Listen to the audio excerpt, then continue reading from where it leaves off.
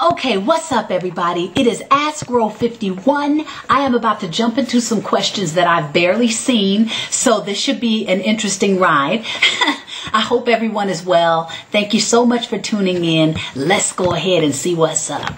Okay, this first question is from Joseph Wayne Tanner, and it reads, I wanted to ask whether or not you or anyone you knew had a pet fetish for certain animals like rats. I'm asking you this because I own a DVD movie remake of the 1971 Willard with Crispin Glover in the title role that features a bonus rat people, friends and foes, which features people who love pet rats and people who hate and are terrified of them, and wild rats, even though there is a temple somewhere in India where the rats are worshipped. No, I don't know anybody who's had a pet fetish and then even more acutely a rat fetish. I'm not a huge fan of rats, you know, more power to them that they've been created and that they are obviously intended to be, but they kind of give me the creepies.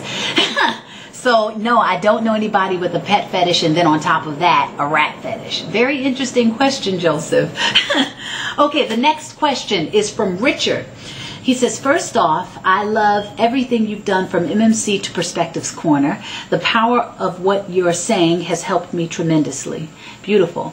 I have two questions. Question one. I love how positive you are, and that's very inspiring. I hear a lot that it's best to always operate from love and to receive everyone with love, including your enemies. My question is, how is that possible? I want nothing more than to be in a place or space of love all the time, but there are many people who I just can't love. I can't help but view certain people as despicable and a waste of space. I've even encountered people who I think don't deserve to live. How can you not hate some people, especially if you think they deserve it? Whoa. Ooh, interesting question, Richard. How do I want to approach that? Love. Well, let me first give you a definition of love for me. Love is being in the state of allowance, meaning I may not agree with you. I may not like your choices. I don't have to. However, I am at least being neutral in the moment enough to allow you to be who you are and allow you to make the choices you make. Now, I may distance myself from you. I may even have an opinion about things. But I think in this instance, love could be more synonymous with being in a state of allowance, allowing someone to be who they are. And then I would go one step further and say, what does it benefit you to invest that much low vibrational energy into someone or something else? Eventually, I find from my experience and from most people who share with me their experience of dealing with negativity or the strong emotion of hate, that it's more draining to the person that's giving that off. It's more hurtful or stressful on the body, on the spirit, on the mind of the person that is indulging in that emotion. So, if anything, I would say find a way to just neutralize about the situation. You don't have to, whenever we say love like that, that can definitely be an interesting and quite possibly a very difficult thing to do. But if you think of love in the sense of just being in a state of allowance, you may have an opinion about it, you might not like something, but you're allowing it to be, then maybe that can shift what you think. And also, everybody's not here to gain or gather the same information or have the same experiences. And sometimes that's even difficult for me to grasp because I have a certain view that I have for the world, or that I would like to see, not for the world, but just even for myself and in my own personal world.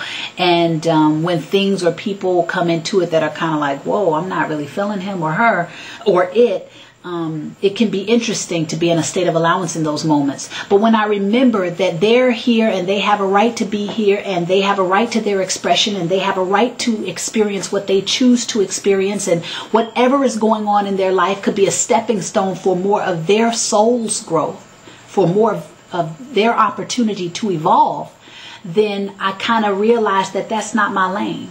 Stay in your lane, Rona. You know, for all we know, somebody could be despicable right now, displaying what we consider to be despicable behavior.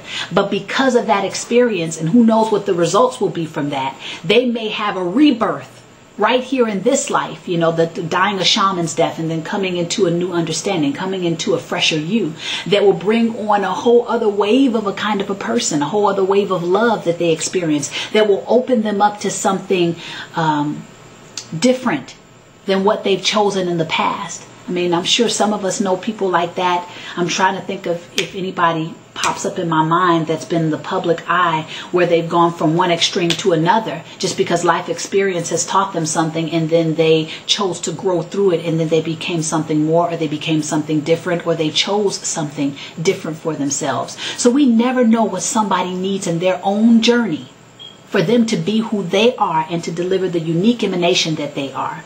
So with that said, if we just understand that everybody has been created, everybody has some information they are to gather for who they are and on their journey, that it's not our lane, it's their lane, then that would be more in a state of allowance and quite possibly more synonymous with the vibration of love.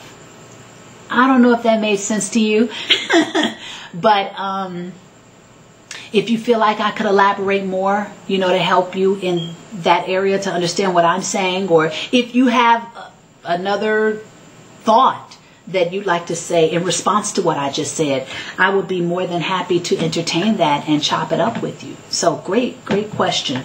You have another question here. It says, I want your show to be live. Have you thought about turning this into a TV talk show? Please take this into consideration.